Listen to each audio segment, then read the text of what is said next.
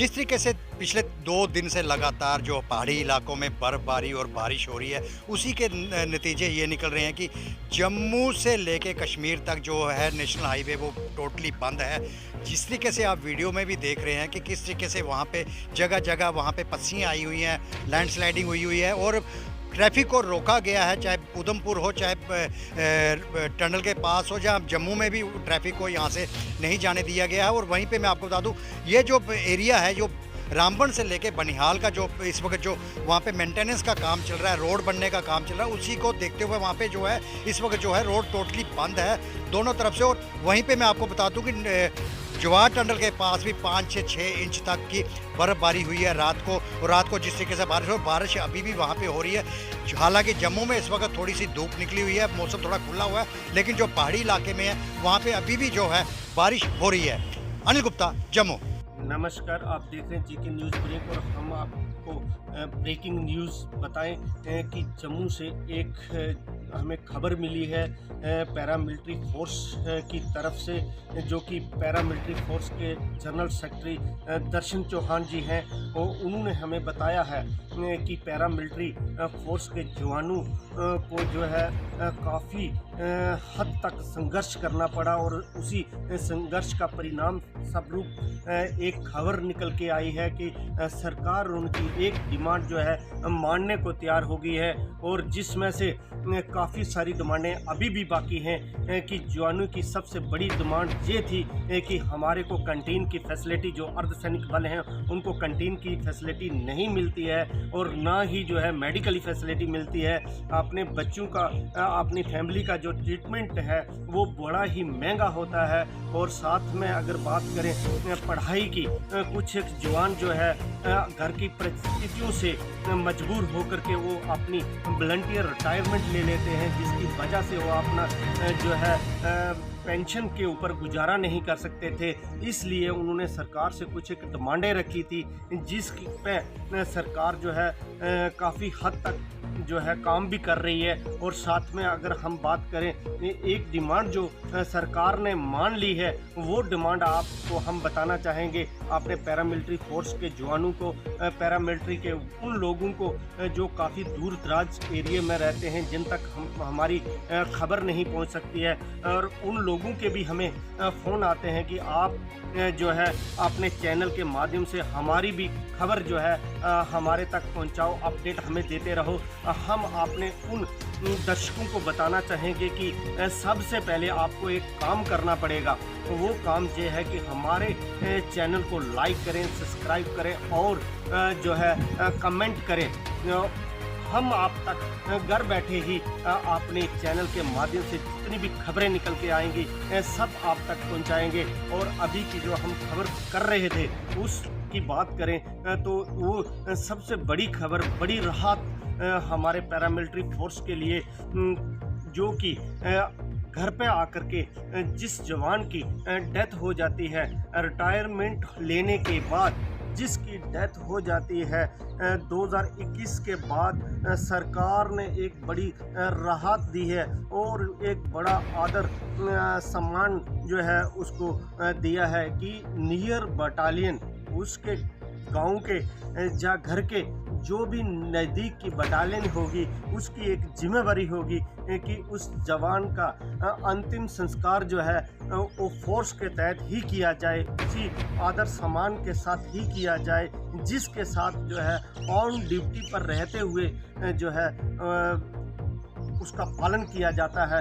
उसी हिसाब से 8,000 रुपये की नगद राशि जो है उसके परिवारजनों को जो है सरकार देगी। और साथ में बेल्ट फोर्स के जो नियर बटालियन होगी उसके जवान आकर के सलामी दे करके उसका संस्कार करवाएंगे। ये एक बहुत बड़ी खबर है जो कि हम अपने दर्शकों के बीच में पहुंचाना चाहते थे। और साथ में अपने दर्शकों को ये भी बताना चाहेंगे कि आप पैरामिलिट्री के जितने भी लोग जो है हमारे चैनल को देखते हैं, उन सब को हम अपने चैनल के माध्यम से ये बताते चलें कि आप सब ने जो है हमारे चैनल को सब्सक्राइब करना है और कमेंट और लाइक करना है। और हम जो है आप तक हर खबर जो है पहुंचाने की कोशिश करेंगे। आप देख रहे थे जेके न्यूज़ ब्रेक मोहनलाल छिबर के साथ। ट्रैफिक पुलिस की तरफ से लगाया गया नाका और किए गए चालान जिनके डॉक्यूमेंट कंप्लीट नहीं थे। डॉक्टर फारूक अब्दुल्ला ने आज जनसभा को संबोधित किया और खासकर अगर बात की जाए तो कहा कि जिन शहीदों ने शहादत दी उनको हमेशा याद रखेगा हिंदुस्तान। जब बिल नंबर 9 हमने पास किया था, क्या कहा गया? पाकिस्तानी आएंगे आपके जमीनों पे, यहाँ कोई आ ही नहीं सकता जब तक दिल्ली नहीं इजाजत देगी, कोई बस नहीं सकता। अगर ऐसा चक्कर ये फैलाते हैं आपके दिमागों में, खुदा ही जाने वो कहां से आता है। कल देखना, कल ये राम को बेचने आएंगे, आप देख लेना, मेरी बात याद रखना। कहेंगे राम खतरे में, ये नहीं कहेंगे हम खतरे में हैं, हमारी कुर्सी खतरे में। अरे यार, जिस दिन भगवान राम को वोट चाहिए था तब तो मैं समझता हूँ ये दुनिया ही नहीं रही। भगवान राम को या अल्लाह को वोट नहीं चाहिए, मुझे वोट चाहिए और इसको चाहिए और इसको चाहिए। जिस दिन उनको वोट चाहिएगा तो उस दिन तो ये दुनिया ही नहीं होगी। इसे खबरदार रहना, मैं बहनों भाइयों कहता हूं तुम्हें, याद रखना, आएंगे ये पर्चे लेकर और खासकर हमारी बहनों को बेवकूफ बनाओ, क्योंकि सारे से बहनें मंदिर जाती, बहनों को ही भगवान का ज्यादा डर है, मर्दों को तो भगवान दिखता है, वो तो दूर से भगवान। मर्दी तो हमारी बहनें हैं, तो खड़ी रहती है। मेरे पति को बचा, कभी पति नहीं कहेगा मेरी बहन बीवी को बचा। ये हालत से बहनों से मैं खास कहता हूँ, आप लोगों से कहता हूँ, जिनको प्रोपेगेंडा करना पड़ेगा हर गांव में जाकर, और कांग्रेसियों से कहूँ, मेहरबानी करके अपनी तंजीम को मजबूत करो, मजबूत करो। उस तूफान का मुकाबला करने के लिए हमें करके खड़ा होंगे, नहीं होंगे खड़े तो कोई नहीं कहेगा हम अपने अपना फर्ज अदा नहीं किया। अगर इस रियासत को बचाना है और इसकी एकता को बचाना है और इसके धर्म को और इसकी मर्यादा को बचाना है, तो मैं अपने आप को कुर्बान करना है इस देश के लिए, इस वतन के लिए और इन लोगों के लिए। नहीं चलेगा, नहीं बनेगा। कानून पे कानून लाए, ये कानून हमने इनके मुंह पे फेंकने हैं। तब होगा जब हम लोग मुनज़्ज़म होंगे और एक होंगे। जब हम एक नहीं होंगे, हम कभी वो ताकत नहीं बन सकते। मैं नहीं समझता मुसलमान हो या हिंदू हो या लोग रहिए, हम सब एक। लोगों ने दीवारें खड़ी कर दी, हमने उन दीवारों को तोड़ना है। इस तरह इन 3 शख्सों में, क्या जवाहरलाल नेहरू को पता था कि जवाहरलाल एक दिन आएगा और वो तिरंगा झंडा खड़ा करेगा लाल किले पे? किसी को पता नहीं। मगर इनकी कुर्बानियों ने वो दिन लाया जब जवाहरलाल ने झंडा खड़ा किया। आज नहीं बनेगा, कानून पे कानून लाए, ये कानून हमने इनके मुंह पे फेंक दिए। तब होगा जब हम लोग मुनज़्ज़म होंगे और एक होंगे। जब हम एक नहीं होंगे, हम कभी वो ताकत नहीं बन सकते। मैं नहीं समझता कि मुसलमान होंगे, हिंदू होंगे, लोग रहेंगे, हम सब एक। लोगों ने दीवारें खड़ी कर दी, हमने उन दीवारों को तोड़ना है। इस तरह इन 3 शख्सों में, क्या जवाहरलाल नेहरू को पता था कि जवाहरलाल एक दिन आएगा और वो तिरंगा झंडा खड़ा करेगा लाल किले पे? किसी को तो इनकी कुर्बानियों ने वो दिन लाया जब जवाहरलाल ने झंडा। ये जो तस्वीरें आप देख रहे हैं, ये तस्वीरें इंक्रोचमेंट को हटाने में लगी जम्मू में एडमिनिस्ट्रेशन। धार्मिक स्थलों में जो करेगा इंक्रोच, उसका यही हाल होगा। जी हाँ, अगर बात की जाए तो लगातार इस पर काम कर रही है एडमिनिस्ट्रेशन। धार्मिक स्थलों पर जिन्होंने की इंक्रोचमेंट, वो लगातार हटाई जा रही है एडमिनिस्ट्रेशन की तरफ से।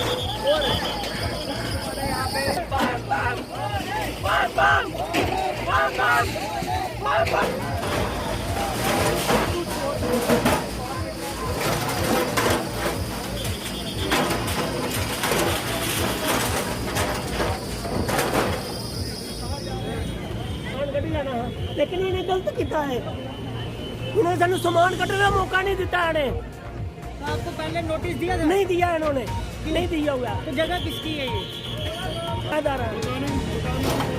दुकानें बनी हुई थी, तो ये जगह बड़ा नारा देते हैं बड़े बड़े शब्दों में, लेकिन अब हम बताएंगे, हमारी जनता बताएगी कि हिंदू धर्म किसको कहा जाता है। जब हमारा ये मंदिर तैयार होगा, हमारी आज ये जनता बहुत ही खुश है। हम पूरी कोशिश करेंगे जल्द से जल्द इस मंदिर को बनवाया जाए, और इसके साथ साथ डीसी ऑफिसर, तहसीलदार, नायब तहसीलदार, हम उनका भी बहुत बहुत थैंक्सफुल है, क्योंकि उन्होंने भी हमारे कंधे से कंधा मिला के हमारा साथ दिया है। और आपके माध्यम से हम एक मैसेज देना चाहते हैं एडमिनिस्ट्रेशन को, खासकर उनको अब जागने की बहुत ही जरूरत है। जैसे हमारी मैडम अपनी लवासा जी आई हैं, ये बहुत ही एक्टिव लेडीज हैं, हम इनके साथ कंधा सा कंधा मिला के साथ देंगे। और एक बात और, इनको एडमिनिस्ट्रेशन को ये ध्यान रखना चाहिए, कहीं भी धार्मिक स्थल पर इलीगल कंस्ट्रक्शन जो नहीं होनी चाहिए, इससे कड़ा सा कड़ा जो उनको एक्शन जो है वो जल्द से जल्द जो है वो लेना चाहिए। शिवसेना डोगरा फ्रंट की बात करें तो अशोक गुप्ता ने आज फिर किया प्रदर्शन। आइए दिखाते हैं ग्राउंड रिपोर्ट। अनिल देशमुख, अनिल देशमुख, अनिल देशमुख, अनिल देशमुख, अनिल देशमुख, अनिल देशमुख। ये जो 100 करोड़ का घपला चल रहा है, उसके विषय के अंदर एक मांग करना चाहता हूं। अनिल देशमुख को त्याग पत्र देना चाहिए। और अनिल देशमुख जो इसके अंदर शामिल है, सचिन बाजी ने कहा, मुझे कहा गया 100 करोड़ रुपया इकट्ठा करो, और इस यूनिफॉर्म को अपमानित करने का प्रयास किया गया। इसलिए मैं मांग करना चाहता हूँ इस सारे विषय पर, ये जो बातें आज देश के अंदर सियासतदान और यूनिफॉर्म मिल करके हर महीने 100 करोड़ रुपया इकट्ठा करके दो, ये देश को बदनाम करने की बहुत बड़ी साजिश चल रही है। इसके लिए जो लोग इसके अंदर शामिल हैं, ये जो अनिल देशमुख, जिसने परमवीर सिंह ने कहा, ये मुझे कहा गया 100 करोड़ रुपया इकट्ठा करने के लिए, इसलिए मैं मांग करना चाहता हूँ, ये 100 करोड़ रुपया जो लोग एक महीने के अंदर इकट्ठा कर सकते हैं, और अंबानी के घर के बाहर अपनी गाड़ियाँ खड़ा करके उसको सबोटाइज करने का प्रयास हो रहा है, ये इंक्वायरी का विषय है। इसमें 2 इंक्वायरियाँ चल रही हैं। अगर परमवीर सिंह की कुर्सी से नीचे उतार दिया गया, और इसको भी कुर्सी से नीचे उतारना चाहिए। धन्यवाद आपको। जम्मू कॉलेज में बच्चों ने रंगोली बनाकर शहीदों को दी श्रद्धांजलि।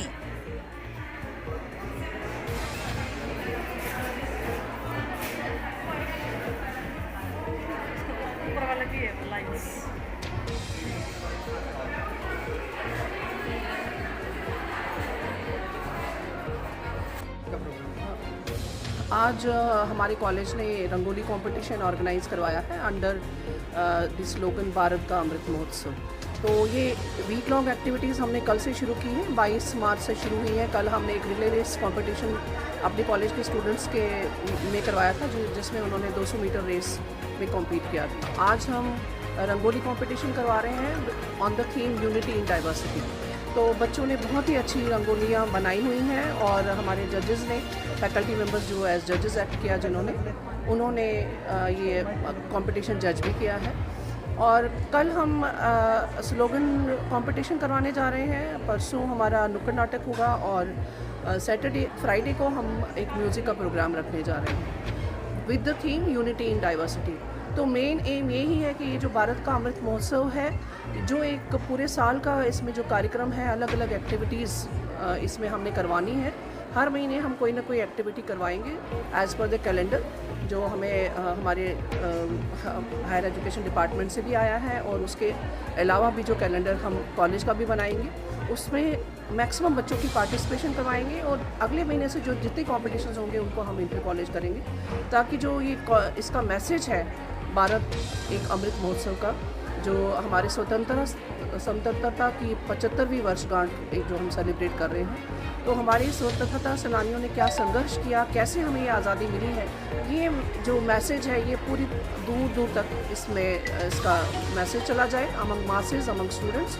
और स्टूडेंट्स में हमारे जो छात्र हैं, इनमें अपने देश की प्रति जो राष्ट्र भावना, राष्ट्र के प्रति जो ये तस्वीरें देख रहे हैं, ये तस्वीरें जम्मू की हैं। किस तरह से आज जो है शहीदी दिवस पर युवा जो है दे रहे हैं रक्तदान और दे रहे हैं उन्हें श्रद्धांजलि में है, जो उनके बलिदान को हर साल जब ये दिन सेलिब्रेट करते हैं, ब्लड डोनेशन कैंप लगाते हैं और हमारी श्रद्धांजलि जो उनको जाती है इस रूप में, तो ये बहुत बड़ी बात है कि ये हमें प्रेरणा देती है कि हम अपने देश, अपने तिरंगे और अपने देश के प्रति कितना भक्तिभाव और कितने मतलब उनके बलिदानों को याद करने के लिए हम कितना स्टूडेंट्स हमारे तत्पर रहते हैं और उनकी उस याद को हर साल रिफ्रेश करने के लिए ये कैंप लगाते हैं और उनको श्रद्धांजलि देते हैं। Thank you so much. जय हिंद, जय भारत। इन बच्चों का ये प्रेरणा उत्सव जो है वो बना रहना चाहिए और इसमें हमें इनको पूरा सपोर्ट करना चाहिए।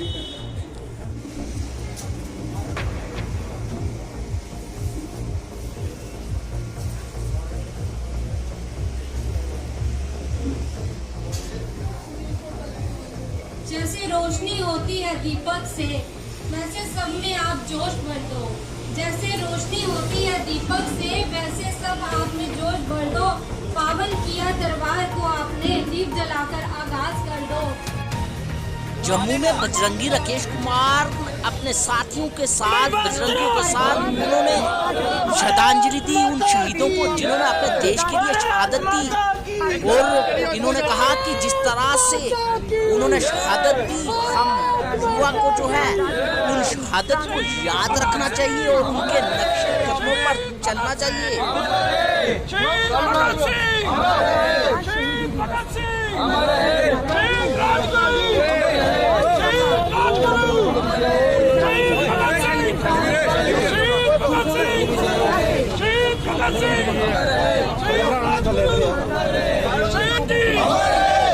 भगत सिंह जी,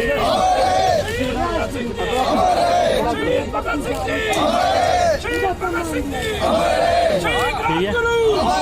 शहीद राजगुरु, शहीद राजगुरु, शहीद सुखदेव जी, शहीद सुखदेव जी, शहीद सुखदेव जी, शहीद भगत सिंह, शहीद भगत सिंह, शहीद भगत सिंह, शहीद भगत सिंह, शहीद भगत सिंह, शहीद भगत सिंह, शहीद भगत सिंह। आज राष्ट्रीय बजरंग दल के द्वारा आज भगत सिंह, राजगुरु और सुखदेव जी की 90वीं जयंती जो है वो मनाई जा रही है। आज पूरा देश जो है आज के दिन को शहीदी दिवस के तौर पर मना रहा है। हम सबकी केवल एक मांग है कि भगत सिंह, राजगुरु और सुखदेव जी को शहीदी का दर्जा दिया जाए। पिछले 13-14 वर्षों से हम लगातार यही मांग जो है वो सरकार से कर रहे हैं और इस दिन को शहीदी दिवस के तौर पर मना रहे हैं। आज पूरा देश जान चुका है कि आजादी चरखा काटने से नहीं, इन शहीदों के बलिदान से प्राप्त हुई थी। माता की जय, माता की जय। यह वो पुण्यात्मा है जो युवाओं के दिल की धड़कन है, जो युवाओं के लिए प्रेरणा स्रोत है। हम जो युवा नशे की ओर बढ़ रहे हैं, हम उनसे भी अपील करना चाहते हैं कि इन महान हस्तियों से कुछ न कुछ सीखें। किस प्रकार से छोटी सी उम्र में इन्होंने देश के लिए अपने प्राणों की आहुति दी है, इस चीज को देखना चाहिए इन्होंने और इनके पत्तियों पर इन आज के युवाओं ने चलना चाहिए। Freedom fighter memorial association Jammu की तरफ से आज यहाँ पे डोगरा शौर्य स्तंभ पे मैं अपने तमाम कुलीग साथियों के साथ आज उन शहीदों को हम श्रद्धांजलि अर्पित करने आए हैं जिन्होंने अपना सर्वोच्च बलिदान देकर भारत माता को आज़ाद कराया। उसमें शहीद आज़म भगत सिंह, राजगुरु और सुखदेव, जिनको आज से ठीक 90 साल पहले 23 मार्च 1931 को फांसी दे दी गई थी और उन्हीं की आज हम उनको आज श्रद्धांजलि अर्पित कर रहे हैं। और साथ में ये भी कहते हैं कि भगत सिंह जी जो महज 23 साल की उम्र थी, उन्होंने अपना एक लक्ष्य रख लिया था, आदर्श थे उनके, निष्ठा थी, करेज था, सच्चाई पे चलने की हिम्मत थी। आज यूथ जो है हमारा, वो बलिदान तो नहीं, योगदान देकर अपने इस मुल्क को, भारत माता को एक बार फिर से जो आज़ादी हमने ली है उसको बरकरार रख सकते हैं और इसको कहीं आगे लेके जा सकते हैं। आज भी हमें अपने मुल्क में बहुत सारी चीज़ों से आज़ादी चाहिए, जैसे उसमें समाज में बहुत सारी कुरीतियाँ हैं, जैसे नशा मुक्त भारत चाहिए, पोल्यूशन फ्री चाहिए या करप्शन फ्री चाहिए। इसी तरीके से आत्मनिर्भरता जो है, हम खुद आत्मनिर्भर बने। बाहर के कंट्रीज़ पे जो आज भी हम डिपेंडेंट हैं, आज का यूथ ये प्रण ले, ये निष्ठा कर ले कि हम जो पूरा ये चीज़ मैसेज गांव-गांव तक, हर गांव जो है वो अपने आप में आत्मनिर्भर बने। और यही भगत सिंह जी की प्रेरणा है आज़ादी के बाद का, और यही उनका एक हमारे लिए आदर्श है और यही एक लेसन है। तो इसी के साथ हम आज यहाँ पे उनको एक बार फिर शत नमन करते हैं, उन शूरवीरों को, उन शहीदों को जिनकी गाथा से आज भी देश जो है वो उनकी कहानियों से प्रेरित है। पीडीपी के कार्यालय में आज पीडीपी के नेताओं ने की प्रेस कॉन्फ्रेंस। पहले तो मैं पार्टी की तरफ से और मेरे सभी साथियों की तरफ से आप सबका शुक्रगुजार हूँ कि आप बहुत शॉर्ट नोटिस में आपको हमने इन्फॉर्म किया और आप सब यहाँ पे तशरीफ़ लाए। आज जो इस प्रेस कॉन्फ्रेंस का मुद्दा है वो इस वक्त जम्मू कश्मीर के जो हालात बने हैं और उसके साथ साथ हमारे मीडिया के दोस्तों में और पार्टी के वर्करान में और आम लोगों में जो पीपल्स डेमोक्रेटिक पार्टी को लेकर कुछ धाराएं इस वक्त कुछ शक पैदा किए जा रहे हैं, उस सिलसिले में आपसे बात करने का आज मौका है। देखिए, बात यह है कि पीपल्स डेमोक्रेटिक पार्टी जब 1999 में बनी तो मुफ्ती मोहम्मद सईद साहब और उनकी साहबजादी महबूबा मुफ्ती जी उस वक्त कांग्रेस पार्टी का एक बहुत बड़ा हिस्सा थे, एक बहुत कंफर्टेबल प्लेस पे डिसीजन मेकिंग अथॉरिटी उनके पास थी। लेकिन पीपल्स डेमोक्रेटिक पार्टी बनाने का जो वाहिद मकसद था वो ना तो इक़्तिदार था, ना कुर्सी थी, ना जम्मू कश्मीर में चीफ मिनिस्टर बनने का ख्वाब था, बल्कि उसके पीछे सिर्फ एक वजह थी कि एक नई सोच लेकर जम्मू कश्मीर के लोगों के बीच में जाया जाए और जम्मू कश्मीर में रहकर जम्मू कश्मीर के लिए कुछ किया जाए। जब 2002 में पीपल्स डेमोक्रेटिक पार्टी ने इलेक्शन लड़कर 16 सीटें हासिल की, अगर मुफ्ती साहब चाहते तो 2 दिन में हुकूमत बना के चीफ मिनिस्टर बन सकते थे और कांग्रेस की तरफ से उनको ओपन इनविटेशन था कि वो चीफ मिनिस्टर बने और कोलिशन गवर्नमेंट को लीड करे। लेकिन मुफ्ती मोहम्मद सईद साहब चूंकि एक प्लान और एक पॉलिसी लेकर आए थे, उन्होंने टाइम लिया, कांग्रेस से बात की और एक कॉमन मिनिमम प्रोग्राम बना। इसका मतलब यह हुआ कि हुकूमत सिर्फ हुकूमत बनाने के लिए पीपल्स डेमोक्रेटिक पार्टी ने नहीं की, बल्कि लोगों की जो एस्पायरेशन, लोगों के जो जज्बात, लोगों के जो इश्यूज थे, उनको ट्रांसफॉर्म करने के लिए एक हुकूमत का हिस्सा बने और हुकूमत को लीड किया। आज भी 2021 में भी जब हम तारीख का मुआयना करते हैं तो जम्मू कश्मीर का गोल्डन एरा उस एरा को माना जाता है। अगर मुफ्ती मोहम्मद सईद साहब सिर्फ इक़्तिदार के लिए पीपल्स डेमोक्रेटिक पार्टी को आगे बढ़ाना चाहते तो कांग्रेस के साथ जब 2007 में अनबन हुई और अमरनाथ लैंड रो के बाद पीपल्स डेमोक्रेटिक पार्टी ने यह फैसला किया कि वो हुकूमत से अलग होंगे, तो शायद यह फैसला नहीं लिया जाता। कांग्रेस के साथ मुफ्ती साहब के जो रिश्ते थे, कांग्रेस के साथ जो ट्यूनिंग बन चुकी थी, अगर मुफ्ती साहब चाहते तो हुकूमत चलाते, हुकूमत आगे तक लेके जाते, दोबारा अलायंस में भी इलेक्शन लड़ सकते थे, अलायंस में इलेक्शन नहीं भी लड़ते तो दोबारा से कांग्रेस और पीपल्स डेमोक्रेटिक पार्टी की हुकूमत जम्मू कश्मीर में, उसको कोई भी ताकत जो है वो हटा नहीं सकती थी। लेकिन मुफ्ती मोहम्मद सईद साहब ने इस बात का एहसास किया कि लोगों के जो जज्बात हैं, अगर उनकी तर्जुमानी करनी है तो हमें हुकूमत से और कांग्रेस से अलग होना पड़ेगा।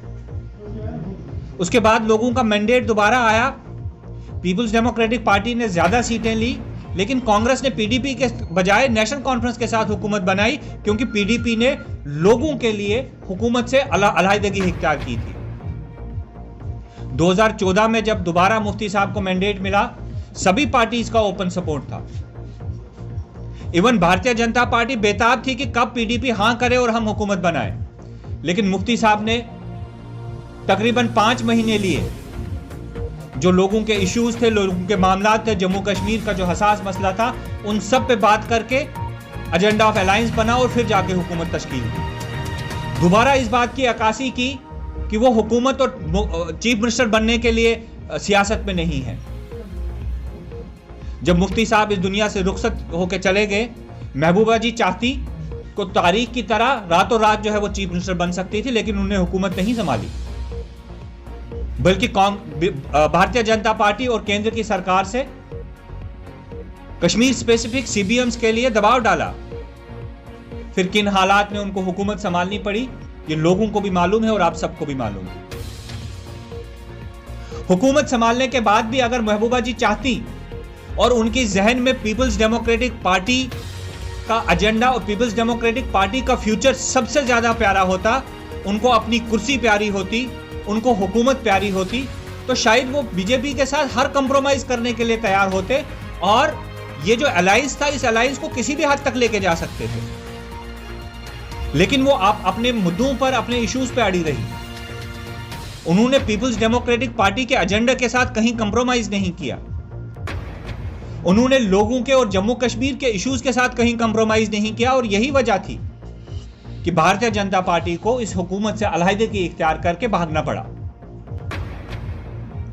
ये बातें मैं सिर्फ इसलिए दोहरा रहा हूं।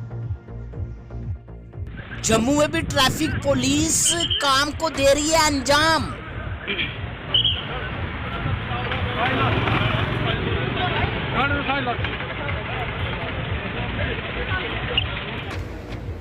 कांग्रेस की तरफ से भी आज शहीदों को दी गई श्रद्धांजलि। शहादत के दिन जो दिए गए शहादत के लिए जो 3 लोगों को हम सलाम करते हैं, 3 विभूतियों को सलाम करते हैं, भगत सिंह, राजगुरु और सुखदेव, उन 3 व्यक्तियों को हम आदरांजलि, पुष्पांजलि अर्पण करते हैं। और उसी के साथ आज हिंदुस्तान के दिल्ली के सरहद में 200 से ज्यादा जो हमारे पंजाब से और हरियाणा से आए हुए किसानों की शहादत हुई है, उनको भी हम सलाम करते हैं, नमन करते हैं। और जम्मू कश्मीर के सरहद पे जो हमारे हिंदुस्तान के अलग अलग विभाग से आए हुए जो हमारे जो सैनिक है, जिन उनकी भी शहादत जो होती रहती है, उनको भी आज शहादत के दिन पे आज सलाम करते हैं और उनको शहादत के दिन का स्मरण करते हैं इन सब लोगों का। और बात करने का जो मौका आज हमारे मीर साहब ने दिया, उसके लिए उनके आभार करते हैं। अमरनाथ यात्रा को लेकर एडमिनिस्ट्रेशन सतर्क, मीडिया से की बात की पुख्ता है इंतजाम। उनके लिए हम बेहतरीन सुविधाएं प्रोवाइड कर सकें डिस्ट्रिक्ट एडमिनिस्ट्रेशन की ओर से। सभी डिपार्टमेंट्स RMP को, फायर डिपार्टमेंट को नेसेसरी इंतजाम क्रिएट करने के लिए डायरेक्शन दी जा चुकी है। और हम कैपेसिटी कैसे बढ़ा सकते हैं इस साल, उसके बारे में बताया गया है। अगले कुछ दिनों में हम हर जगह, हर स्पॉट को खुद भी पर्सनली विजिट करेंगे। मुझे उम्मीद है इस बार की यात्रा, जैसे पहले यात्रा बड़ी जोशो खरोश से मनाई जाती है, की जाती है, इस बार की भी यात्रा एक ऐतिहासिक यात्रा होगी। डिस्ट्रिक्ट एडमिनिस्ट्रेशन अपनी पूरी कोशिश करेगा इसको सक्सेसफुल बनाने। सर यही कहूँगा, बाहर से आ रहे हैं, डिस्ट्रिक्ट एडमिनिस्ट्रेशन पूरी कोशिश कर रही है बेहतर इंतजाम के लिए। बिना किसी फियर के साथ आप आएँ, हम आपको बेस्ट अरेंजमेंट्स प्रोवाइड करने की कोशिश करेंगे। Thank you. रमन बल्ला ने भी, दिग्गज नेता हैं कांग्रेस के, उन्होंने भी जनसभा की और शहीदों को किया याद और कहा कि उनकी कुर्बानियों को हमेशा हर देशवासी रखेगा याद। उनको कहूंगा कि बुके से मैडम रजनी पाटिल जी का स्वागत करें।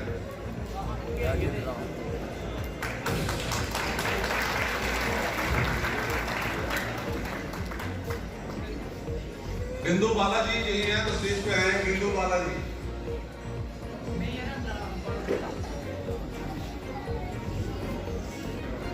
और मनमोहन सिंह जी, वीरेंद्र शर्मा जी और की तरफ से आदेश यहाँ पे वो दिल की गहराई से उस प्रोग्राम को आगे ले जाते हैं।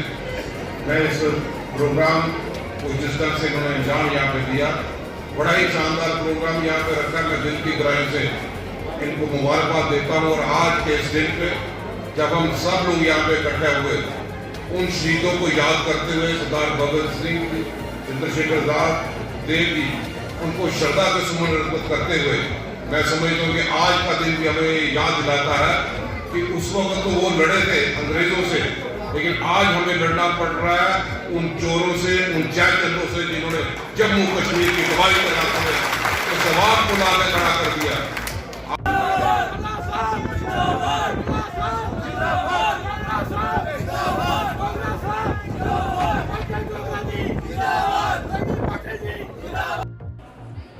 डिस्ट्रिक्ट पुंछ में भी आज ब्लड डोनेशन कैंप रखा गया उन शहीदों की याद में जिन्होंने अपने देश के लिए बलिदान दिया।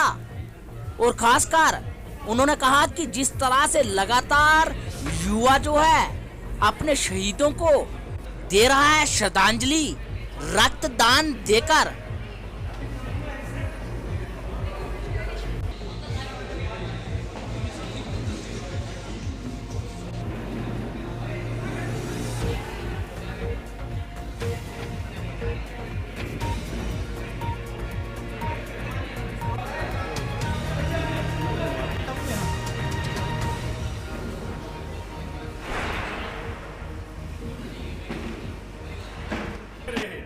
जैसे कि सरदार अनमोल सिंह जी ने बताया, पूरी हिस्ट्री बताई।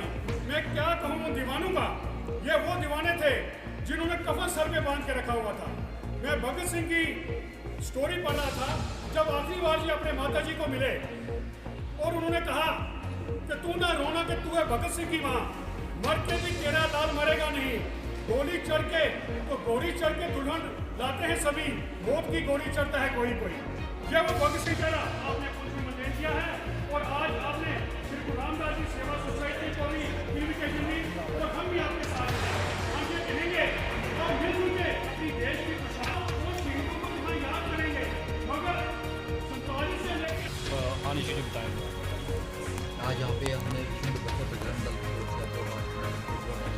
है, जिसमें सिख नौजवान सभा श्री गुरु रामदास ने भी पार्टिसिपेट किया। आज जो हमारा फर्ज बन रहा था कि आज हमने जो जिन 3 नौजवानों ने भगत सिंह, राजगुरु, सुखदेव ने आज के दिन जो फांसी पे चढ़ गए, उनको आज याद करने के लिए हमने जो पुंछ बॉर्डर एरिया है यहाँ पे हमने कार्यक्रम किया था। और जिसमें सुबह से बड़ी संख्या में यहाँ पे नौजवान बच्चे आए हुए थे और सबसे पहले बच्चों ने यहाँ पे उनके जो चित्र थे उनके ऊपर फूल अर्पण किए, उनको याद किया, उनको श्रद्धांजलि दी। और उसके बाद जो हमारे गणमान्य यहाँ व्यक्ति आए हुए थे, सीनियर सिटीजन आए हुए थे, उनकी तरफ से यहाँ कार्यक्रम किया गया और बच्चों में अवेयरनेस दी गई कि कैसे हमारे 3 त्रिमूर्ति ने अपना बलिदान दिया और हंसते हंसते फांसी पे चढ़ गए।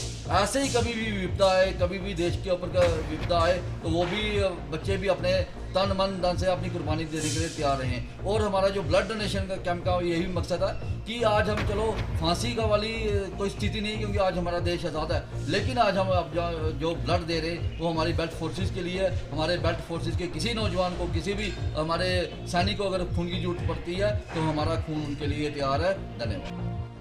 पीर गली की वादियों में बर्फ का लगातार बसेरा, देखिए लाइव तस्वीरें जेके न्यूज ब्रेक की तरफ से।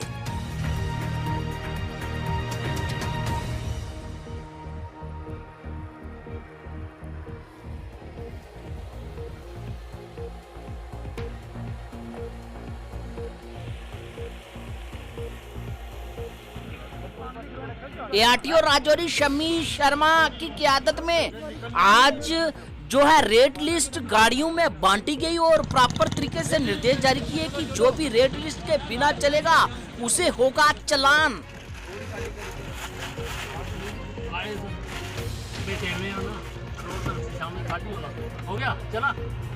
देखिए, गवर्नमेंट ने अभी 4-5 दिन पहले 90% जो फेयर हाइक है वो जितनी भी गाड़ियाँ हमारी पैसेंजर व्हीकल उनमें 90% फेयर हाइक की है। तो 19/3 को ट्रांसपोर्ट कमिश्नर J&K ने जो नोटिफिकेशन है रिवाइज फेयर के मतलब वो नोटिफाई की है। तो जो रिवाइज फेयर लिस्ट नोटिफिकेशन हुई है उसके मुताबिक हम जितने भी जरूरी के डिफरेंट रूट्स हैं जो हम रूट वाइज फेयर लिस्ट बनाई है। आज हमने रूट वाइज फेयर लिस्ट बनाने के बाद हमने चाहे वो बस है, मिनी बस है, चाहे वो टैक्सी है, चाहे वो ऑटो है, सब में आज हम फेयर लिस्ट डिस्प्ले कर रहे हैं, क्योंकि काफ़ी दिनों से लोग कंप्लेंट्स कर रहे थे कि ओवर चार्जिंग का किराया 1 हफ्ते पहले बढ़ गया था, लेकिन उसकी नोटिफिकेशन नहीं हुई थी। तो गाड़ी वाले अपनी मर्ज़ी से ही एडवांस इन्होंने लेना शुरू कर दिए थे। तो आज जो फेयर लिस्ट बनाने का मेन मकसद यही है कि कम से कम सवारी को भी पता होगा कि मैंने कितना किराया देना है, ड्राइवर को भी पता चल जाएगा कि उसने कितना लेना है। क्योंकि ऐसे जो किराए के लेके ड्राइवर और सवारी के भी लड़ाई झगड़ा होता था, कम से कम इससे वो नहीं होगा। और आपके माध्यम से मैं जितने भी ड्राइवर लोग हैं, कंडक्टर हैं, चाहे वो गाड़ी का मालिक है, उन सबको यही डायरेक्ट करूँगा और रिक्वेस्ट करूँगा कि कम से कम आज के बाद वो जो किराए के जो मैंने किराया बनाया है एज पर नोटिफिकेशन और उनकी गाड़ियों में पेश किया है, उसी के मुताबिक ये किराया लें। अगर कोई कंप्लेंट मुझे आती है ओवर चार्जिंग की, तो मैं इन गाड़ियों के खिलाफ सख्त से सख्त कार्रवाई करूँगा। और पैसेंजर लोगों से भी ये रिक्वेस्ट करूँगा कि अगर कोई उनको लगता है कि गाड़ी का कंडक्टर ज़्यादा किराया लेता है, तो वो 2 लाइनें रिटर्न में मुझे दे दें कि मैं रजौरी से फलानी जगह के लिए गया, मैंने इतना किराया दिया। मैं अपने जो नोटिफिकेशन है उससे वेरीफाई करके अगर ज़्यादा किराया है तो मेरे पास पावर है as per motor vehicle act, मैं उस कंप्लेंट के बेस पे गाड़ी का परमिट सस्पेंड कर सकता हूँ, गाड़ी ड्राइवर का लाइसेंस सस्पेंड कर सकता हूँ। हमारे चैनल के माध्यम अपना कॉन्टैक्ट नंबर पैसेंजर्स को बताएं। देखिए, मेरा जो अपना पर्सनल मोबाइल नंबर है वो है 9419197999।